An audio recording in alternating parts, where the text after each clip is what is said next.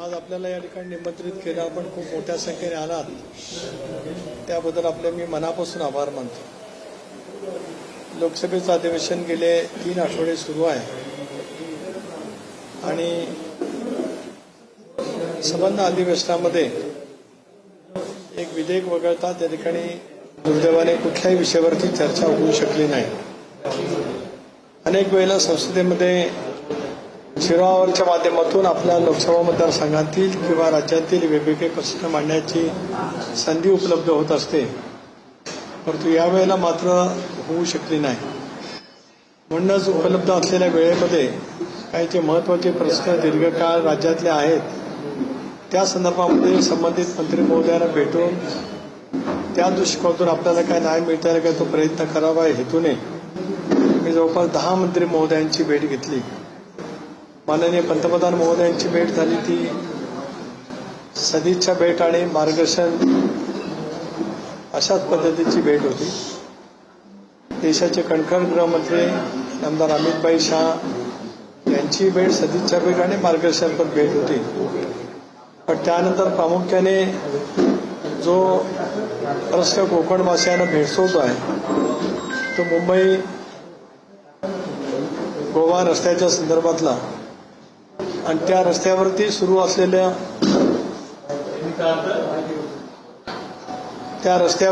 असलेला टोल.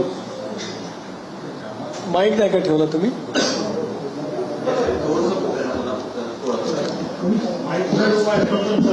चलो whatever is there will go ahead there. जैसी आहे सुविधा वैसे हम शुरू रखेंगे.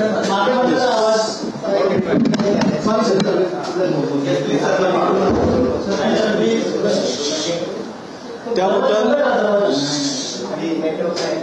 रस्त्याचं रखडलेलं काम असतानाच जे टोल नाके सुरू झालेले आहेत त्या बाबतीमध्ये गडकरी साहेबांची भेट घेतली आणि एक त्याच्या निदर्शनास आणून दिलं की भारत सरकारचं धोरण 60 किलोमीटर अंतरामध्ये टोल असावा. तर आज खारपाडा आणि सुके या 40 किलोमीटरच्या अंतरामध्ये टोल होत आहेत. तर ते त्यांनी प्रकर्षाने लक्षामध्ये घेतलं आणि त्या बाबतीमध्ये तातडीने काही सूचना दिल्या.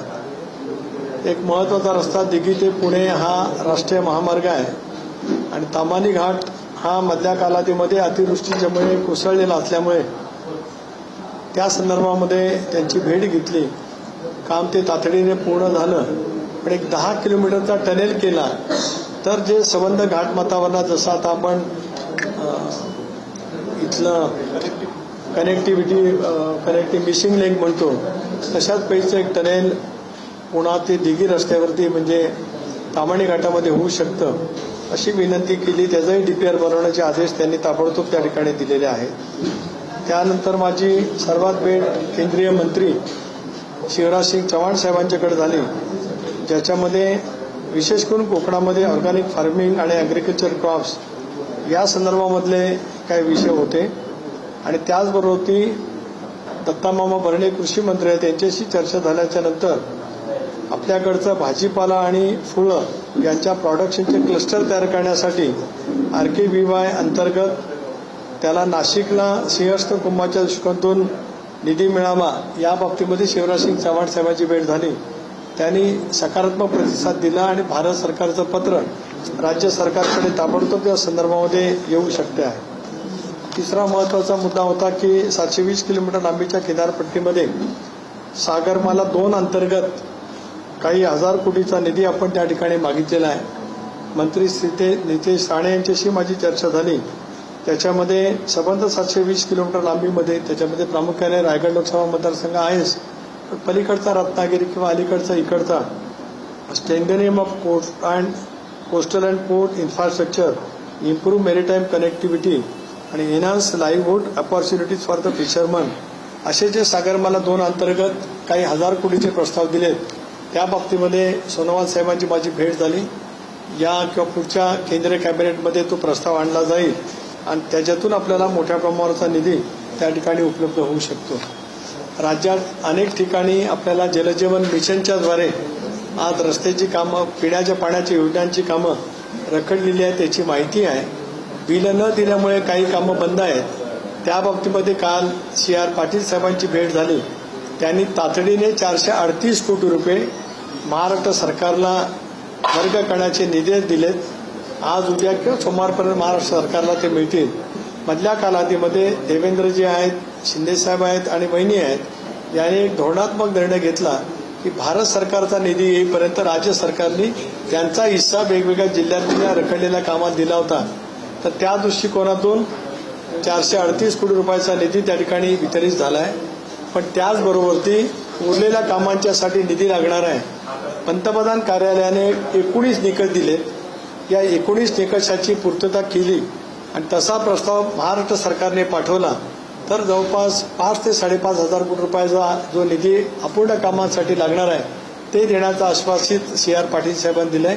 मी गुलाबराव पाटलांशी चर्चा करणार आहे, मुख्यमंत्री महोदयांना पत्र देणार आहे की त्या 19 जे काही बाबी आहेत त्याची जर काही पूर्तता त्या ठिकाणी झाली तर त्याच्यातून आज महाराष्ट्रामधल्या सर्व जिल्ह्यांमध्ये दीर्घकाळ रखडलेल्या या जलजीवन मिशनची कामं येत्या वर्षभरामध्ये त्या ठिकाणी पूर्ण होतील। कारण त्याच्यातून हर घर नल से जल ही जी काही पंतप्रधान मोदींची महत्वाकांक्षी योजना आहे त्याचा लाभ महाराष्ट्रामध्ये त्या ठिकाणी होऊ शकतो आहे। तिसरा महत्वाचा विषय, आपल्या राज्यामध्ये काही अल्पसंख्याक ओरिएंटेड तालुके घोषित झालेत।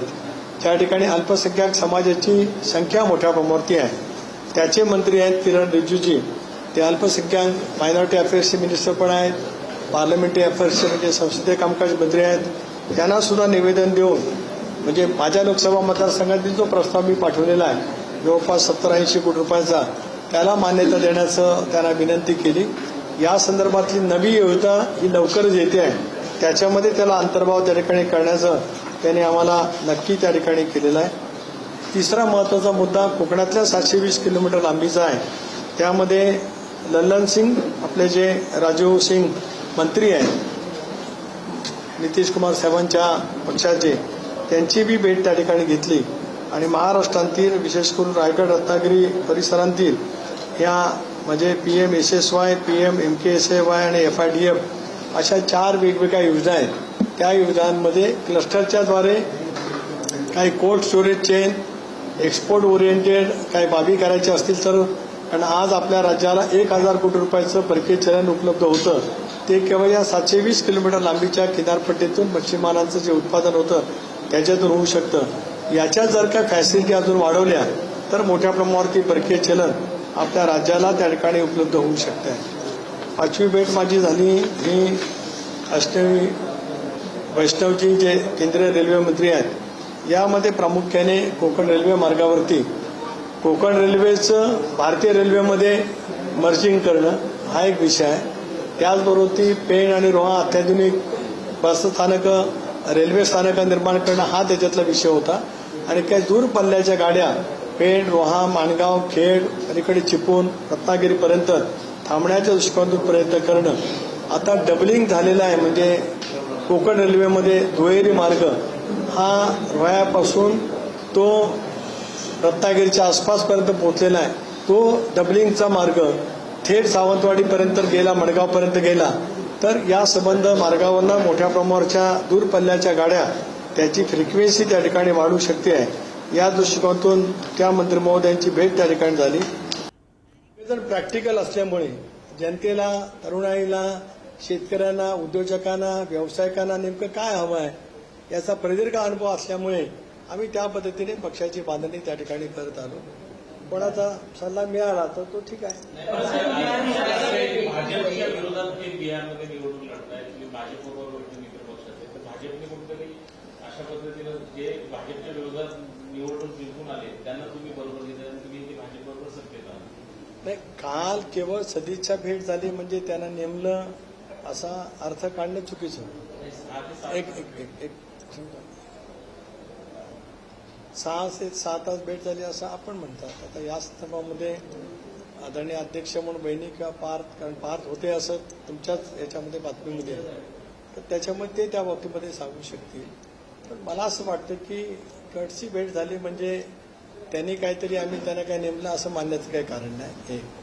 भारतीय जनता पक्षाच्या नेतृत्वाखाली आम्ही एनडीएमध्ये आहोत। हे निर्विवादपणाने गेल्या 3 वर्षामध्ये किमान 100 वेळेला मी अधोरेखित केले।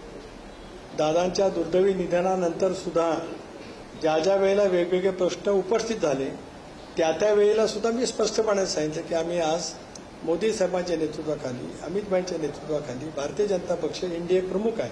मी एनडीएचं विश्लेषण पण काय केलं, भारतीय जनता पक्ष आणि त्याचे मित्र पक्ष, युपीए म्हणजे काँग्रेस मुख्य